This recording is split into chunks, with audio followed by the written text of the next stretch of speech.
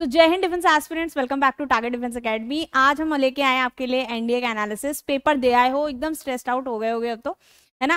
Stressed इसलिए हो गए होगे क्योंकि कहीं ना कहीं लग रहा होगा पेपर क्लियर हुआ तब तो बहुत अच्छा है, नहीं हुआ तो चलो दोबारा अटेम्प्ट है फिर दे लेंगे, और अगर अटेम्प्ट नहीं है तो क्या हुआ, आगे भी अपॉर्चुनिटीज है, सीडीएस अप्लाई करना, आगे अलग अलग अपॉर्चुनिटीज अलग अलग सेक्टर में। खैर अभी आ जाते हैं अपने आंसर की पे।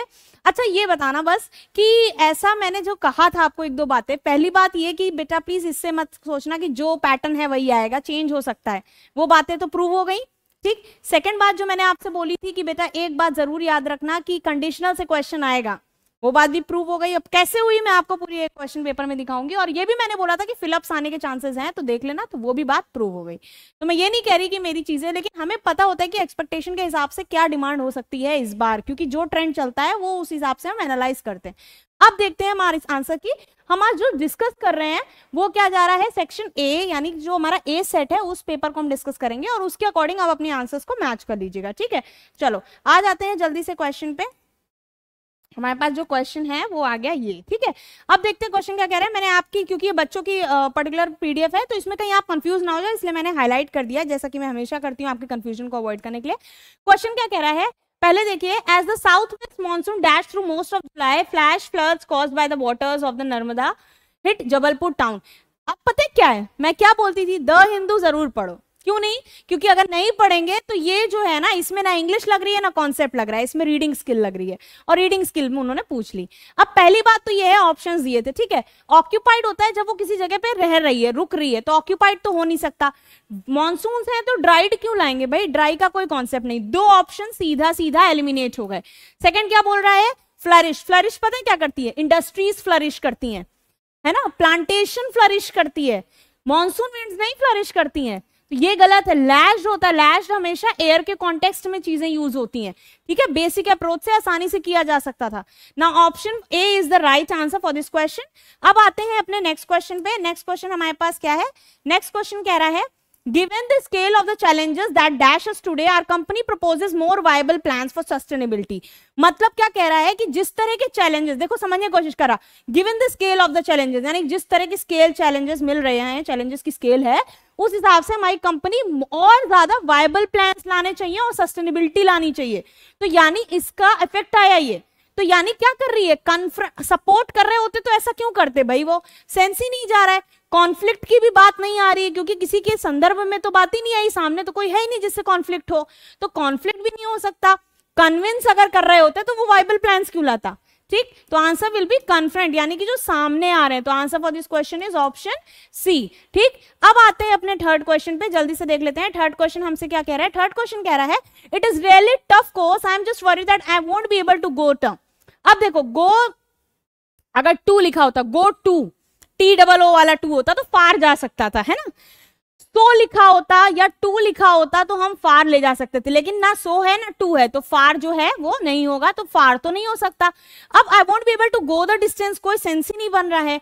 आई won't be able to go the way, go throughout the way हो सकता था, लेकिन गो द वे नहीं हो सकता। ठीक है, तो आंसर विल बी क्या होगा, टू गो द रूट, यानी कि यहाँ पे टफ कोर्स बोल रहे हैं, यानी कोर्स कोई रूट फॉलो कर रहा होगा। ठीक है, एज पर एक्सपेक्टेशन जो इसका आंसर होना चाहिए वो डी आना चाहिए, और अगर थोड़ा सा भी वो स्विच करेंगे तो बी जाएगा, सॉरी हाँ ए जाएगा, उससे ज्यादा फ्लक्चुएशन नहीं होगी, मोस्ट प्रोबेबिलिटी डी जाने की है। अब आते हैं अपने नेक्स्ट क्वेश्चन पे। नेक्स्ट क्वेश्चन फोर्थ है, the dash of the advancement made in agriculture productivity in India has been remarkable. Remarkable एक पॉजिटिव बात होती है, इसका मतलब बहुत ही प्रशंसनीय है, बहुत ही ज्यादा ये काबिल तारीफ देखी गई चीज है, बहुत ज्यादा इस चीज को नोटिस किया जा रहा है। क्या चीज, एडवांसमेंट जो आई है, किस में आई है, प्रोडक्टिविटी में। अब ये पॉजिटिव सेंटेंस है। अब देखो, the context of the advancement made in the India has been remarkable, तो कॉन्टेक्स्ट तो हम जब किसी चीज के संदर्भ में बात करते हैं तो कॉन्टेक्स्ट तो हो ही नहीं सकता। The distance of the advancement, ये तो कोई बच्चा गलती से भी नहीं लगाएगा, ये भी कोई सेंस नहीं बनता।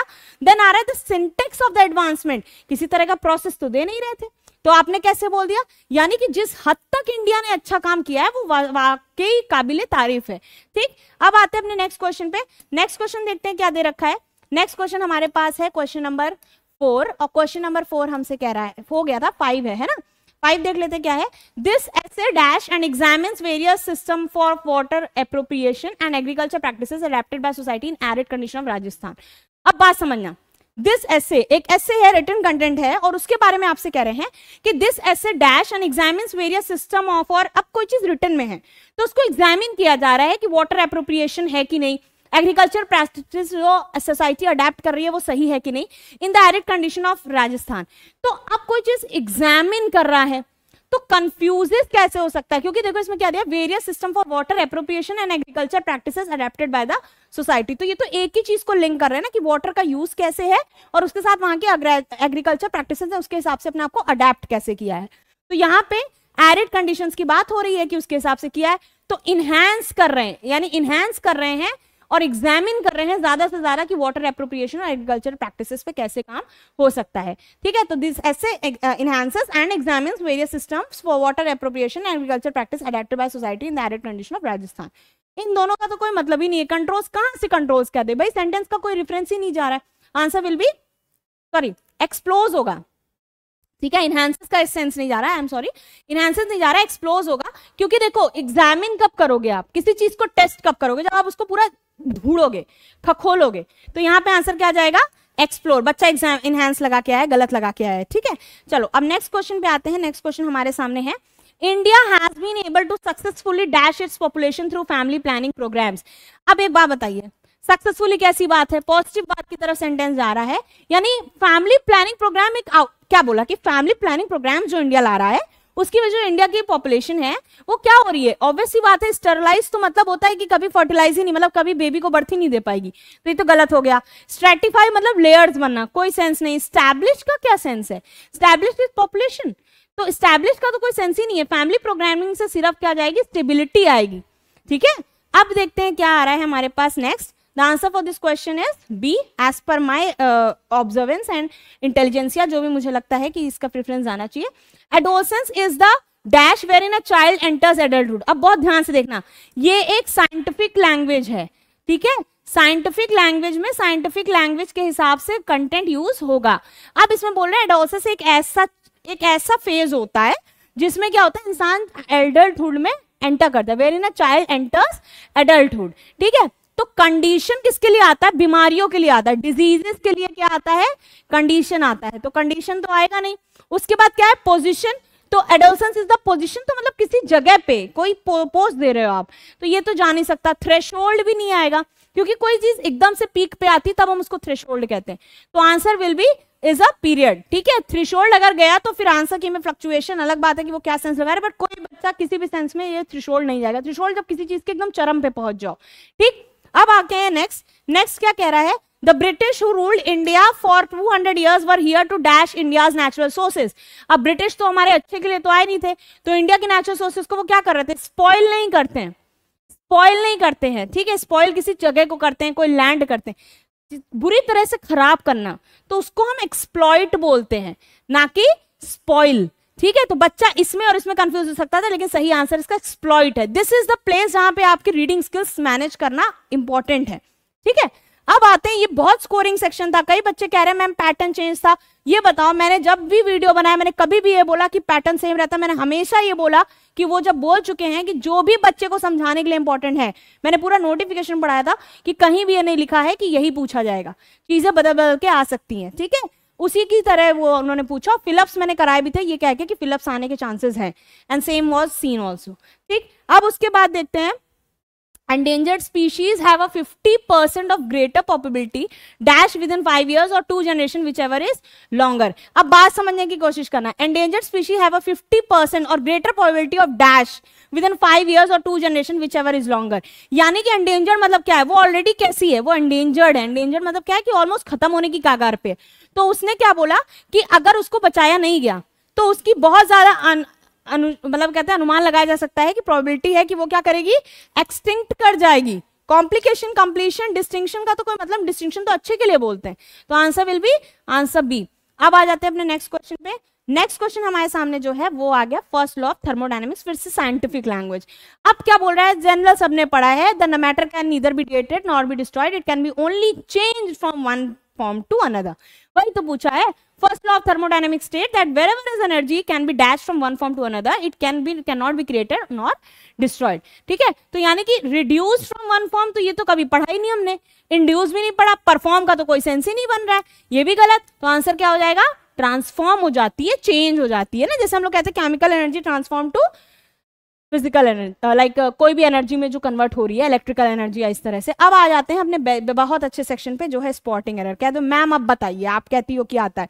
एक बात बताओ, मैंने ऑफलाइन क्लासेस में पढ़ाया, जब ये सब्जेक्ट वर्ब एग्रीमेंट का क्वेश्चन है, ठीक है, this is question from subject verb agreement. 10 बार मैंने बोला था सब्जेक्ट वर्ब एग्रीमेंट मत छूटना, क्वेश्चन आते हैं, लेकिन कोई मानता तो है नहीं। जब एक्सपीरियंस करते हो तब समझ में आता है। अब देखो इन्होंने ट्विस्ट क्या किया, नॉर्मल जो बुक्स में आता है वो आता है ब्रेड एंड बटर, ठीक है, ब्रेड एंड बटर।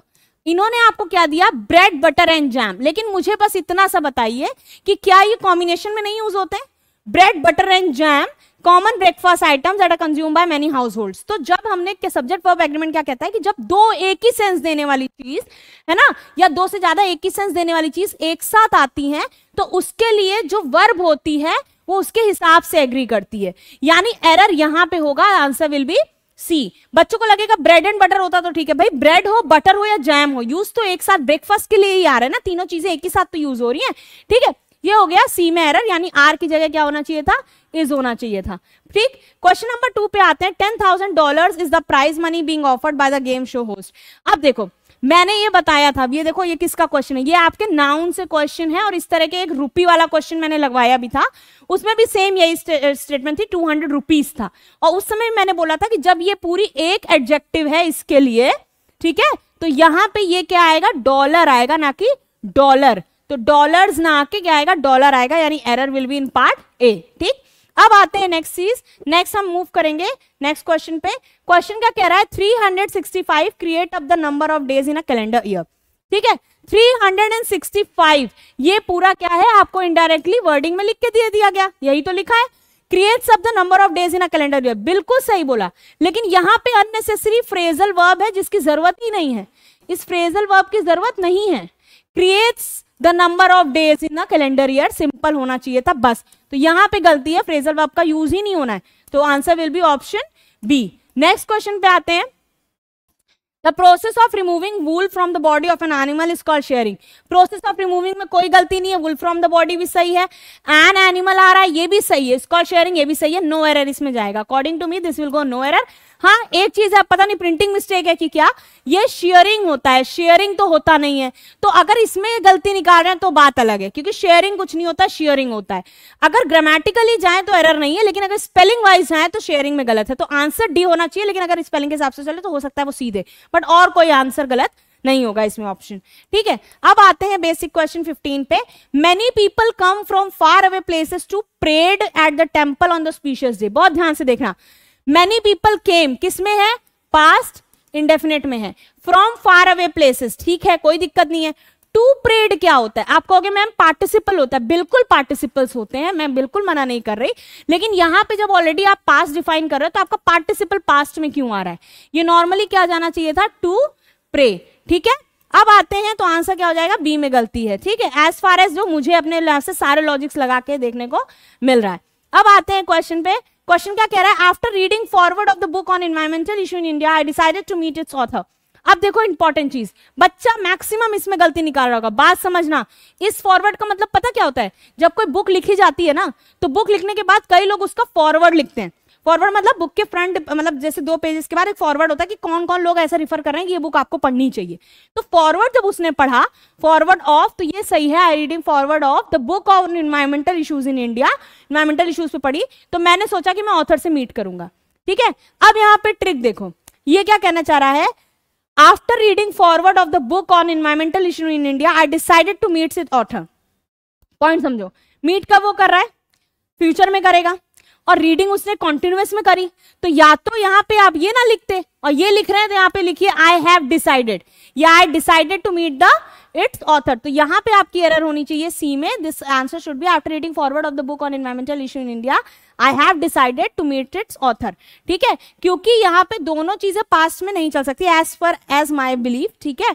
बाकी इसमें वो क्या एरर देते हैं वो अलग बात है, बट ऑप्शन सी एरर होनी चाहिए, क्योंकि आफ्टर रीडिंग फॉरवर्ड ऑफ, ये फॉरवर्ड वो वाला नहीं है कि लुकिंग फॉरवर्ड टू वाला, ये फॉरवर्ड वो वाला है जो आगे के पेज पे छपता है, ठीक है। अब आते हैं नेक्स्ट क्वेश्चन पे। नेक्स्ट क्वेश्चन हमसे क्या कह रहा है, the guidance from the mentors and teachers felicitated the smooth conduct of elections to the students council. अब इसमें एरर देखनी है, इसमें बताओ जरा कैसे एरर होगी।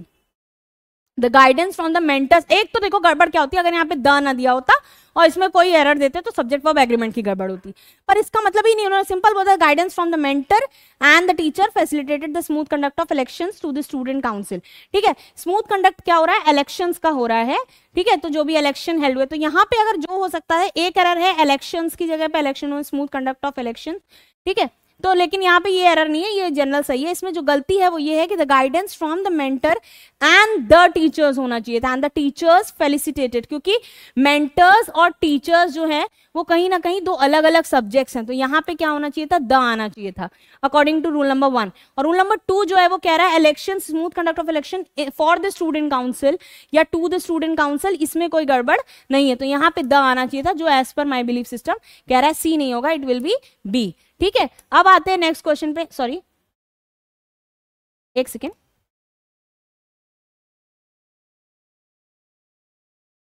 कहीं चला गया, एक सेकेंड।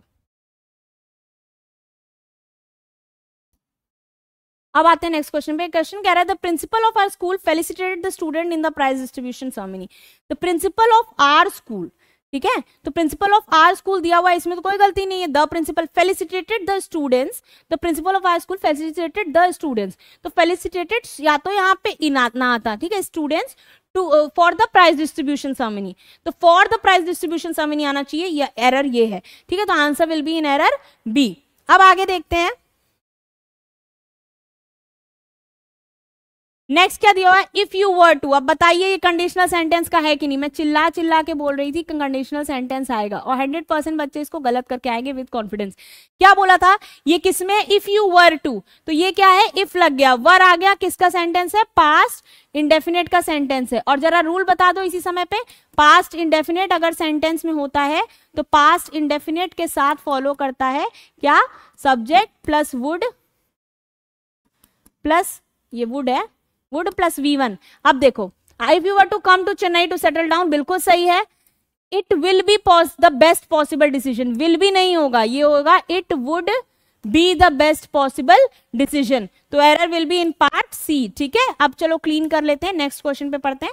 नेक्स्ट क्वेश्चन हमसे बोला गया है they had promised to deliver the bags before mid March to enable us to inaugurate the shop, तो they had promised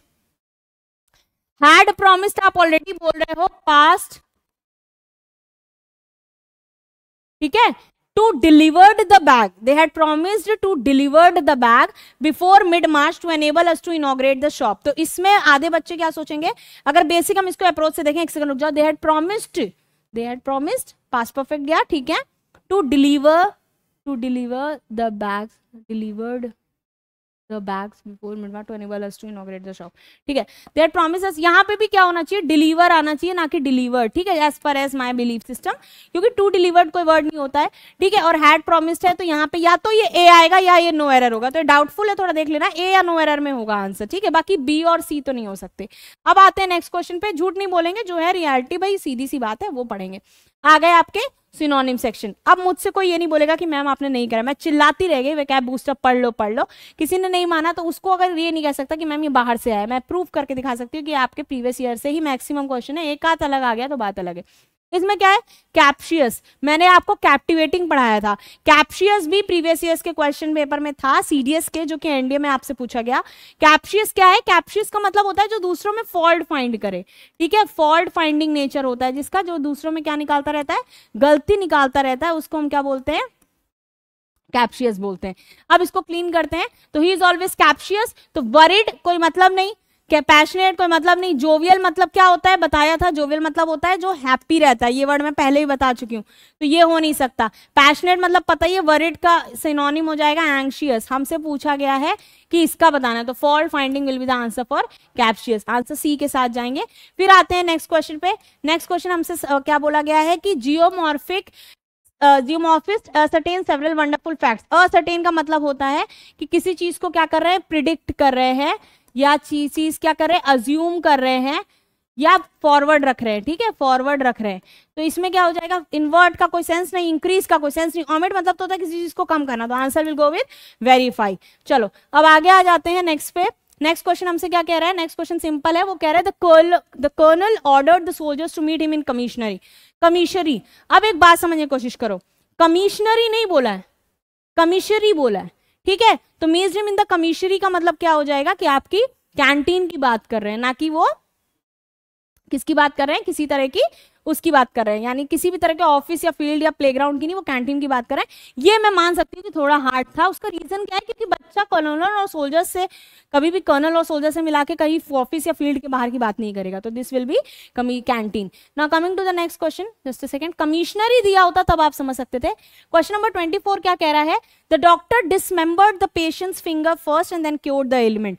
डिसमेंबर्ड मतलब डिस कैसा है, नेगेटिव वर्ड है, मेंबर मतलब कोई फैमिली का था उसको हटा दिया, तो फिंगर को हटाया, तो स्टिच करने का मतलब थोड़ी ना, स्टिच में तो जोड़ते हो, प्लास्टर करने का मतलब तो इससे एसोसिएटेड है ही नहीं, स्प्लिंटर्ड कोई सेंस नहीं बनता, आंसर विल बी डायसेक्ट कर दिया, मतलब तोड़ दिया उसको टुकड़ों में। ठीक है, डिसमेंबर्ड अलग कर दिया। अब आगे देखते हैं नेक्स्ट क्वेश्चन पे।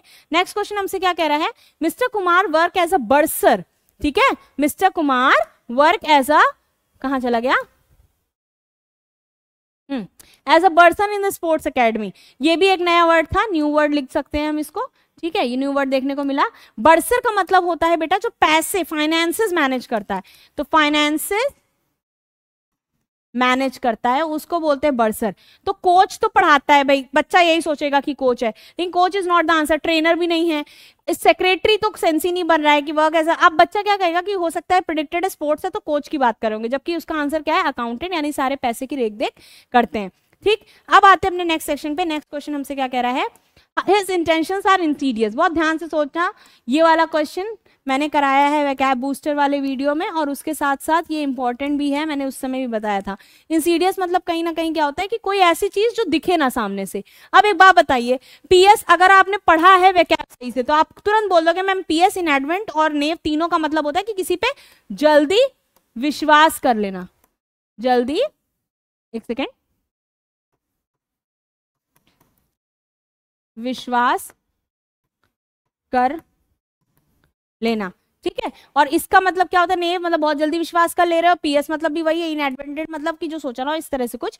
तो ये तीनों तो सेव थे। अब बताओ इंसीडियस में डिसीटफुल क्यों गया, क्योंकि इंटेंशंस कभी इस तरह की नहीं हो सकती जो ऑब्जर्वेबल ना हो, लेकिन जो ऑब्जर्वेबल नहीं था लेकिन हो गया, इसका मतलब क्या, किसी ने आपको धोखा दे दिया, तो दिस विल बी डिसीटफुल। अब आते हैं हम अपने नेक्स्ट क्वेश्चन पे। नेक्स्ट क्वेश्चन हमसे क्या कह रहा है, नेक्स्ट क्वेश्चन हमसे कह रहा है कि हम कहाँ थे, ये कर लिया था ना, अब आ जाते हैं इस वाले क्वेश्चन पे।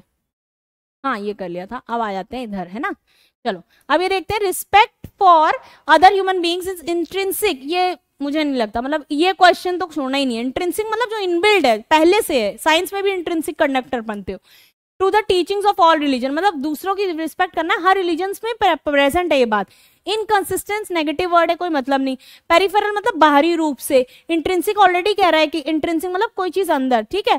इनहेरेंट मतलब जो चीज आपके अंदर पहले से एग्जिस्ट कर रही है, ठीक है। एग्जिस्टेंशियल नहीं होगा क्योंकि वो चीज सब रिलीजन में है, तो वो इनहेरिटेड है, वो ऑलरेडी प्रपोज्ड है, ठीक है। अब आते हैं अपने नेक्स्ट क्वेश्चन पे। नेक्स्ट क्वेश्चन हमसे क्या कह रहा है, क्वेश्चन कह रहा है कि ही completed the onerous task again vocab booster. Vocab booster में मैंने प्रैक्टिस कराया है इसलिए बोल रही हूँ, ठीक है।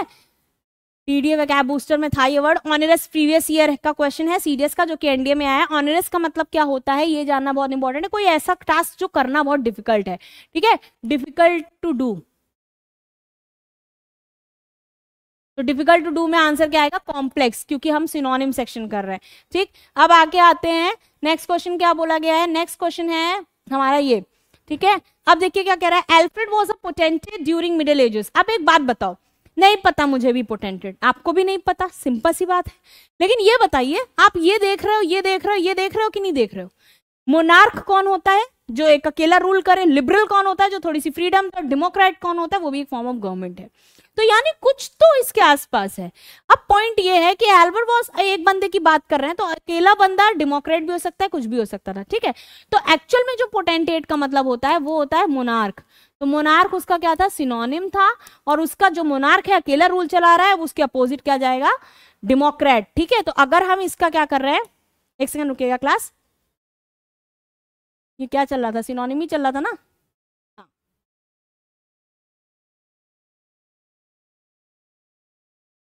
आ जाते हैं, ठीक है। अगर इसका देखें तो एंटोनिम ये हो जाता है, लेकिन जो करेक्ट आंसर है वो क्या होगा, ए होगा। इसको ये नहीं होगा, ये आंसर क्या होगा, ए होगा। डेमोक्रेट विल बी एंटोनिम, ठीक। अब आ जाते हैं, क्लियर करते हैं, नेक्स्ट क्वेश्चन पे चलते हैं। नेक्स्ट क्वेश्चन हमसे क्या कह रहा है, मैं मतलब क्या बताऊं, मैं ये कम से कम मैंने 4 से 5 बार बताया है, 4 से 5 बार बताया है। इंडोलेंट और इंसोलेंट 2 वर्ड स्पेशली बताया था। जिसने पूरी वैकैब देखी है या रेगुलर फॉलो किया है वो देख के पहचान जाएगा, ठीक। इंडोलेंट का मतलब क्या होता है कि लेजीनेस, लेजीनेस मतलब बहुत आलस आना, तो लेजीनेस उसको कहते हैं, ठीक है। तो आंसर विल बी बी, ठीक। अब आते हैं, ये तो होगा सिनोनिम। अब मैंने पहले बोला था सिनोनिम और एंटोनिम कभी भी साथ में मत करना, क्योंकि कंफ्यूज हो जाते हो। वही उन्होंने नोटिस किया और उन्होंने आपको दे दिया एक नई चीज, जिसको मैं होमोफोन्स का नाम दूंगी, ठीक है। हमें 2 चीजों के बीच का डिफरेंस पता होना चाहिए। अब मैं बोलती हूँ बच्चे स्पेलिंग गलत करते हैं, प्रिंसिपल और प्रिंसिपल, भाई ये अथॉरिटी है और ये कोई प्रिंसिपल्स है। मॉरल प्रिंसिपल क्या है, ठीक है, या फिर मॉरल प्रिंसिपल्स क्या है, ये हमारी कोचिंग के कुछ प्रिंसिपल्स हैं जिसपे कोचिंग काम करती है। हमारे स्कूल का कोई प्रिंसिपल था, तो प्रिंसिपल एक पोजीशन है और प्रिंसिपल कुछ मॉरल कॉन्सेप्ट्स हैं, कुछ कोई सजेशंस हैं। तो इसमें क्या आएगा, आपको पता कैसे करना था इसको। देखो कोई बच्चा इतना तो जानता है कि फर्स्ट वाले का मतलब क्या होता है। अब आ गया आपके ऑप्शन 4। अब बहुत ध्यान से शॉर्ट लिस्टिंग देखो, इतना पढ़ने पर ये नहीं कि बहुत ज्यादा है। प्रिंसिपल मीन बिलीफ सिस्टम, क्या ऐसा होता है, नहीं, गलत, हो ही नहीं सकता। प्रिंसिपल मीन्स हेड, हाँ बिल्कुल। Principal means moral rule, and principal means, ये तो है ही नहीं, मॉरल रूल का मतलब ही नहीं है। प्रिंसिपल मीन्स ओरिजिनल सम, ये है ही नहीं। सीधा सीधा आंसर पता चल रहा था कि ये ही होगा, इतना सोचना ही नहीं था, ठीक। अब आ जाते हैं अपने नेक्स्ट क्वेश्चन पे। नेक्स्ट क्वेश्चन हमसे क्या कह रहा है, नेक्स्ट क्वेश्चन कह रहा है, एक second class, plain and plain. अब एक बात बताओ, नहीं पता ना, प्लेन तो हम लोग एक पेपर वाला प्लेन भी कहते थे, लेकिन उस तरह का संदर्भ में कोई बात यहाँ पे आई नहीं है, तो उसको इतना सोचना ही नहीं है। बात समझने की कोशिश करो, क्या कहना चाह रहा है यहाँ पे। अगर आपको एक बार लगे भी फ्लैट सरफेस होता है, तो फ्लाइज वाला तो प्लेन नहीं होता है, तो ये तो पहले ही गलत हो गया, ठीक। दूसरा देखो, plane means the flat surface, चलो मान लिया एक बार के लिए, लेकिन प्लेन मीन मतलब ये थोड़ी ना था कि कोई चीज इलेबोरेट नहीं की, एक बार के लिए इसको रखते हैं, ठीक। अब चौथा देखो, प्लेन मीन्स नॉट इलेबोरेट और प्लेन मीन्स फ्लैट सरफेस। इस वाले प्लेन का मतलब फ्लैट सरफेस होता ही नहीं है, ठीक है। तो अब इसको काट दीजिए और इसके बाद आंसर क्या हो जाएगा, प्लेन मतलब कोई भी चीज जो उड़ सकती है और प्लेन मतलब जो फ्लैट सरफेस है। सीधा सीधा हमें यहाँ पे वो चीज मिल जाती है। एक सेकंड रुक जाइएगा। ठीक है, प्लेन वाला एरिया जो होता है फ्लैट सरफेस होता है। अब आते हैं आगे, क्योंकि और कोई उसके साथ सही नहीं जा रहा है। अब देखते हैं नेक्स्ट क्वेश्चन। नेक्स्ट क्वेश्चन कह रहा है पेल एंड पेल। हर बच्चे को ये पेल पता है, माय मदर गॉट पेल, बीमार पड़ जाती हैं तो शरीर कलर फेड हो जाता है, बॉडी फेड हो जाती है, इस तरह से पेल बोलते हैं। तो पेल मीन इंफीरियर, ये तो कभी पढ़ा ही नहीं। पेल मीन्स फेडेड, हाँ ये पढ़ा है। पेल मीन्स फेडेड, हाँ ये भी पढ़ा है, वही बात आपने बोली। अब दूसरी बात क्या बोल रहे हैं, इसके बाद यहाँ पे कहाँ गया, अब इसमें बोल रहे हैं पेल मीन्स अ बकेट, ये तो कभी नहीं पढ़ा, तो जब ये पढ़ा नहीं है तो ये तो नहीं हो सकता, ठीक। उसके बाद पेल मीन्स फेडेड, या तो ये होगा या ये होगा। अब इसमें देखो पेल मीन्स अ बकेट दिया हुआ है, एक चीज थी जहां पे कंफ्यूज हो सकते थे वो यही था। लेकिन एक बार बताओ, इंफीरियर और अनइम्प्रेसिव कभी सुना है पेल के लिए, नहीं सुना है, तो ये किसी तरह से जा नहीं रहा था, ज्यादा कंसिडरेबल यही आंसर था, which can be the answer for this question, और यही सही आंसर होगा। अब आते हैं अपने नेक्स्ट क्वेश्चन के लिए। नेक्स्ट क्वेश्चन हमारा है मेटल एंड मेटल, ठीक है। एक बार के लिए बच्चा कहेगा मैम इसका मतलब पता है, इसका नहीं पता। कौन कह रहा है, परेशान क्यों हो रहे हो। Metal is a hard shiny material, सबको पता है, ये बात तो सही है इनकी। मेटल इज अ हार्ड, ये भी बात सही है। अब दूसरी जगह पे आ जाइए, ठीक है। अब अगर दूसरी जगह पे आते हैं और हम देखते हैं ऑप्शंस को, तो ये दोनों चीजें तो अपने आप में सही थी। एक सेकेंड क्लास, कहाँ चला गया, ओके ऊपर, ठीक है। अब यहाँ पे देखो, मेटल मीन्स मेंटल रिसाइलेंस, क्या ये बात हमने कभी भी पढ़ी है, ये तो हो ही नहीं सकता option. Metal is a hard shiny, ये भी ठीक है। अब ये 3 जगह मिल गया, अब उल्टा देखना शुरू करो। मेटल मतलब होता है बेटा मेंटल रिजाइलेंस, ये इंपॉर्टेंट है, हर किसी को पता होता है, आपको पता होना चाहिए आंसर, ठीक है। मेंटल रिजाइलेंस, यहीं से आप इसको समझ जाओगे। अब आपके सामने दिया हुआ था क्वेश्चन, पेल वाला करा दिया था, अब कौन सा क्वेश्चन बचा? आ जाते हैं नेक्स्ट क्वेश्चन पे। नेक्स्ट क्वेश्चन हमसे क्या कह रहा है, हेल मींस पेलेट्स ऑफ, देखो ये वाला मत कहना कि मुझे पता नहीं है और इस तरह से मैं हेल, ये वाला वर्ड जो है ये बहुत फैमिलियर होता है, हो सकता है आपने ना सुना हो, पेपर वगैरह में बहुत ज्यादा जनरल सीखने को, मतलब कहते हैं she is very hale, no one can harm her, तो मतलब बहुत ज्यादा स्ट्रॉन्ग और हेल्थ यानी कि बहुत ज्यादा स्ट्रेंथ बिल्डअप है ना किसी में, तो उसको हम बोलते हैं कि वो हेल है। और उसके बाद ये एक बार के लिए मैं टफ डिक्लेयर कर सकती हूँ, नो डाउट ये टफ है, लेकिन आंसर विल बी बी, मतलब पेलेट्स ऑफ फ्रोजन जो होता है उसको हेल बोलते हैं। ठीक, अब आगे आते हैं।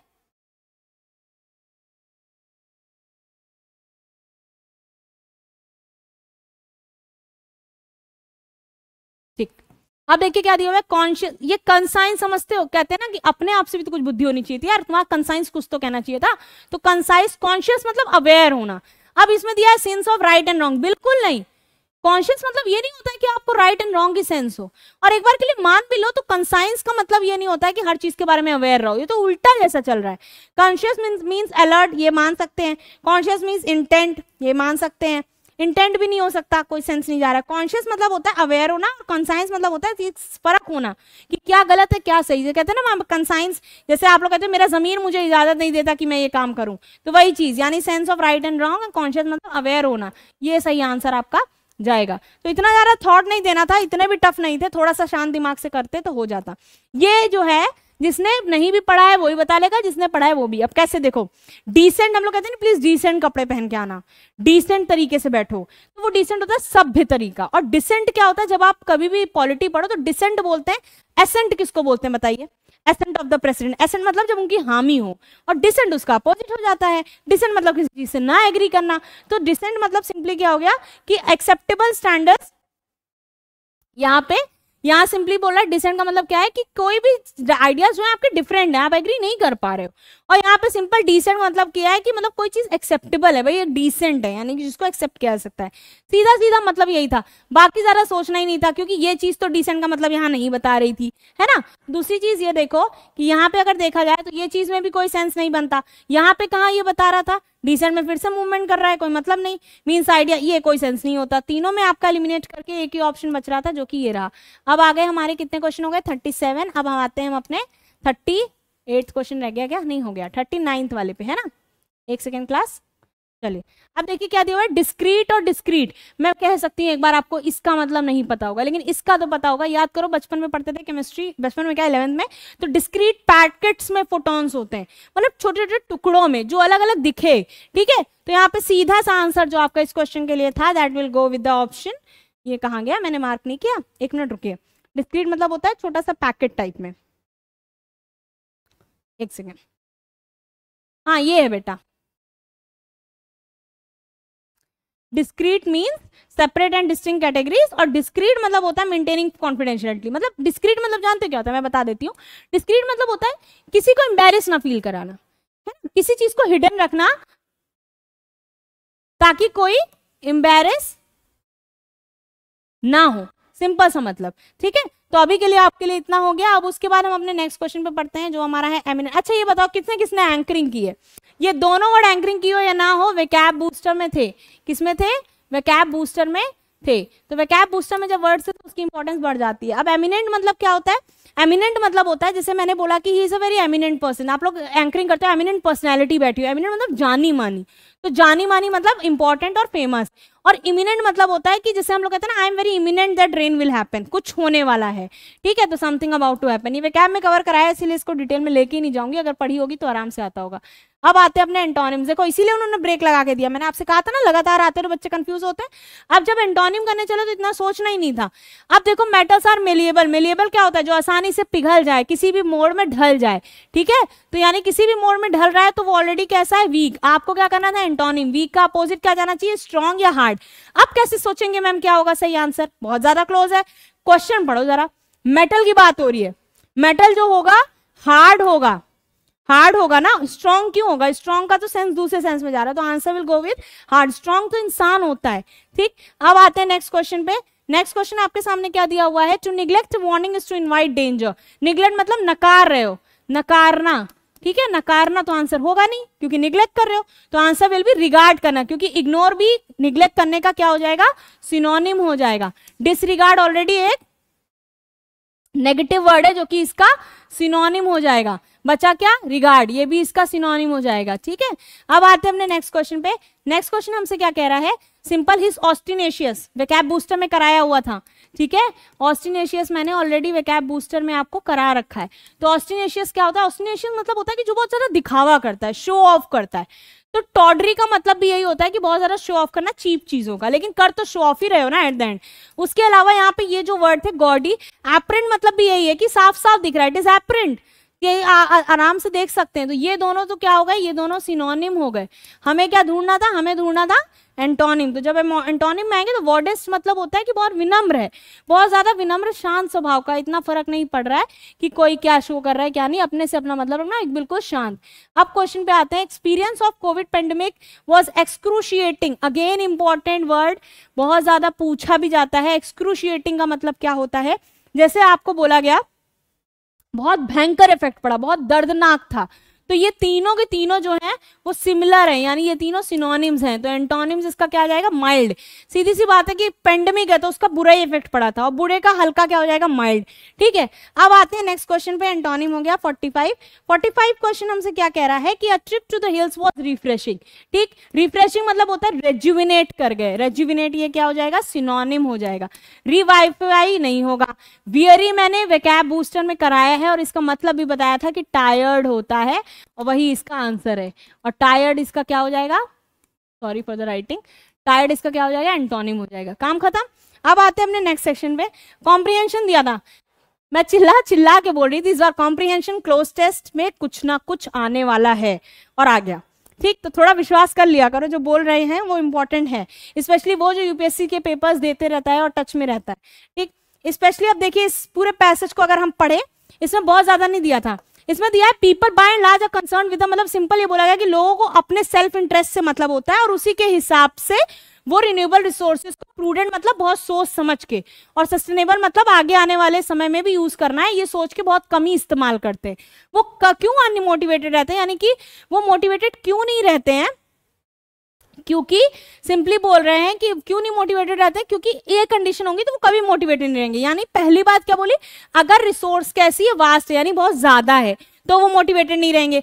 और अगर उनको ये भी पता है कि अगर छोटा सा पोर्शन खराब भी हो जाता है तो उनपे बहुत ज्यादा असर वो चीज नहीं डालेगी, वो बहुत कम असर करेगी, तब उनको फर्क नहीं पड़ता है, इसीलिए वो मोटिवेटेड नहीं होते सस्टेनेबल डेवलपमेंट के लिए। तीसरी चीज क्या बोली है कि if they have open before them possibility of substitution as one resource, और उनको अगर पता है कि नहीं अगर ये खत्म हो गया तो मेरे पास ये रिसोर्स एज एन सब्स्टिट्यूशन है, ठीक है, एलिमेंट इज डिप्लीट हो गया तो भी वो यूज कर सकते, तब भी वो मोटिवेटेड नहीं रहते हैं, ठीक। उसके आगे सिंपली क्या बोला गया था कि इफ देयर कंट्रोल, और अगर उनको ये भी पता है कि उनका टेनस है, टेनस मतलब कि उनका उस चीज पे कंट्रोल ही नहीं है, तो उनको पता है कि दूसरे उसको डिप्लीट ही कर देंगे, ठीक है, तो वो उसको थोड़ा सा कम यूज करेंगे, बस इतना फर्क आएगा, और उनको मोटिवेशन से कोई मतलब नहीं होता है। तो उसके बाद एक और बात बोली गई है कि ये सारा, यानी कि जो उनका एग्जॉस्ट करने का रीजन है कि वो इतना ज्यादा क्यों एग्जॉस्ट करते हैं, वो इसीलिए है कि जब ये सारी कंडीशन उनको मिल जाती है, जब उनके पास रिप्लेसमेंट भी है, जब उनके पास एक्सपैंडेड टेरिटरी भी है, और उसके साथ साथ उनको किसी जगह पे रोक के चीजें भी मिल जा रही हैं जहां पे उनका हाथ ही नहीं चल रहा, तो वो एग्जॉस्ट उसको अनलिमिटेड करते हैं। अब वो बोल रहा है, बात ध्यान से देखो, it is only when people, ये कब, यानी कब वो बचाने की तो नौबत पे आएंगे, कब वो बचाना शुरू करेंगे, जब उन्हें पता चल जाए कि उनके पास रिसोर्सेज लिमिटेड है, यानी जो रिसोर्स है वो कम है। दूसरी बात, जब उन्हें पता चल जाए कि सब अगर उस चीज का एक्सटेंशन हो गया तो उनके पास कोई भी रेडीमेड चीज नहीं है जिसको वो यूज कर लेंगे, यानी उनके पास सब्स्टिट्यूशन नहीं है। तीसरी बात कि उनका खुद का कंट्रोल जो रिसोर्स बेस पे है वो जब सिक्योर है कि हाँ मैंने इतना बचा के रखा हुआ है, ठीक है, तो वो उस चीजों को क्या करेंगे, विल दे बी मोटिवेटेड, उन्होंने बोला, तो वो उनको पता है कि वो क्यों ही मोटिवेट होंगे, अगर हम सारी चीजें उनको दे रहे हैं कहीं ना कहीं तो वो क्यों मोटिवेट होंगे, तो वही बोला विल दे बी मोटिवेटेड, तब वो वही कह रहा है कि जब ये सारी चीजें उसको हाथ में मिल रही हैं तो वो क्यों मोटिवेट रहेगा और क्यों वो चीजों को बचाएगा। Will they be motivated to use the resources in a prudent fashion, क्या वो करेंगे। आगे पीपल रूटेड इन लोकेलिटी, अब वो क्या कह रहा है, जो लोकेलिटी में रहते हैं, जैसे किसी एरिया में रह रहे हैं और वहां की कंट्रोल कर रहे हैं वहां की रिसोर्सेज को, तो वो ज्यादा ये सारी चीजों को सस्टेनेबल यूज करेंगे, क्योंकि उनको पता है उन्हीं के भरोसे उनकी जिंदगी चलनी है, और इसीलिए वो एक सही तरीके से काम करेंगे बायोडाइवर्सिटी के लिए जो उनकी लोकेलिटी में है। कंड्यूसिव मतलब पॉजिटिव एनवायरमेंट, ये वर्ड बहुत पूछा जाता है, ठीक है। अब आते हैं अपने सेक्शन पे, क्वेश्चन क्या कह रहा है बहुत ध्यान से देख लो, ठीक। यहां पे क्वेश्चन बोल रहा है, एक सेकेंड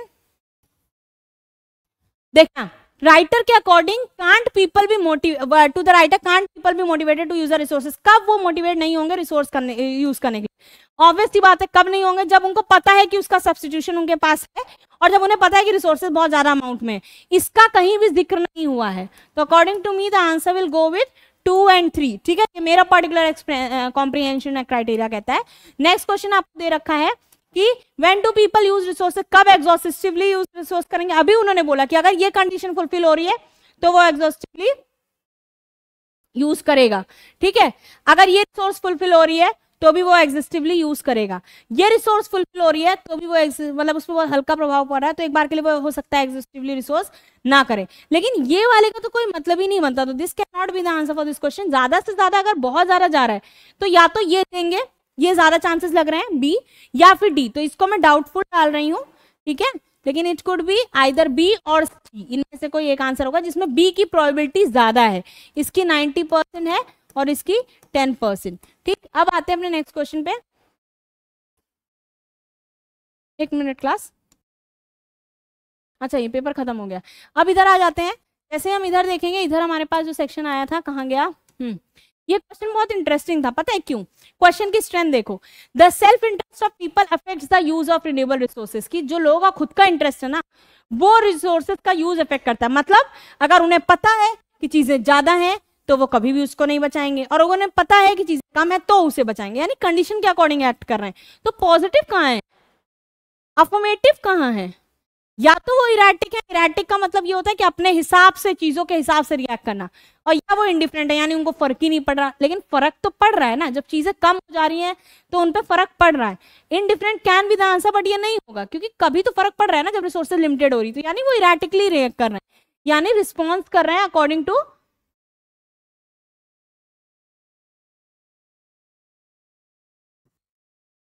सर्कमस्टेंस। अगर फुलफिल हो रही है तो दे दो, अगर फुलफिल नहीं हो रही है तो सेव करो, यानी कि बहुत ज्यादा सस्टेनेबल सोच ही नहीं रहे वो। अब आया पीपल रूटेड इन लोकेलिटी, क्या होने चाहिए? Believe in conservation. क्यों? क्योंकि अभी उसने बताया ना कि जब वो उस लोकेलिटी में रहते हैं तो उसी रिसोर्स को यूज करना है, तो उस जगह उनकी मजबूरी कह लो या कुछ भी कह लो, उनको कंजर्व करना ही पड़ेगा। नेक्स्ट आते हैं हम अपने नेक्स्ट सेक्शन पे। नेक्स्ट सेक्शन हमसे बोल रहा है which one of the following is, अब देखो ये बताने की जरूरत नहीं है, कंप्लीट का कोई नहीं, रिपीट कोई वर्ड नहीं होता, डिसेपरेट का यहाँ पे कोई सेंस नहीं, डिसेपरेट मतलब होता है कुछ बहुत उदासीन चीज। आंसर विल बी एग्जॉस्ट, यानी डिप्लीट कर रहे हो रिसोर्सेज को, तो जनरल इंग्लिश में यूज करते हो। तो इसके साथ हमारी इंग्लिश की आंसर की होती है सॉल्व। आई होप आपको डिस्कशन अच्छा लगा होगा। प्लीज कमेंट सेक्शन में बताइए कि अगर आपको लगता है कि वीडियो से क्वेश्चन आए हैं, तो please comment in the comment section, and thank you for your feedback. जय हिंद, जय भारत।